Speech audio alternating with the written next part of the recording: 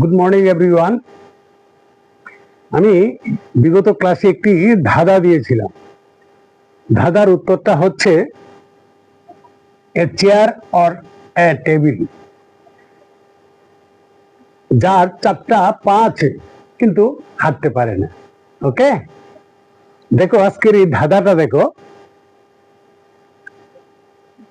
What comes down but never goes up.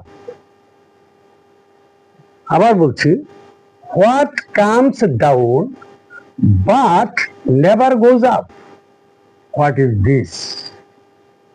Bangla দিয়েছি, কি নেমে আসে কিন্তু কখনো উপরে যায় না। কি নেমে আসে কিন্তু কখনো উপরে যায় না, এটা কি?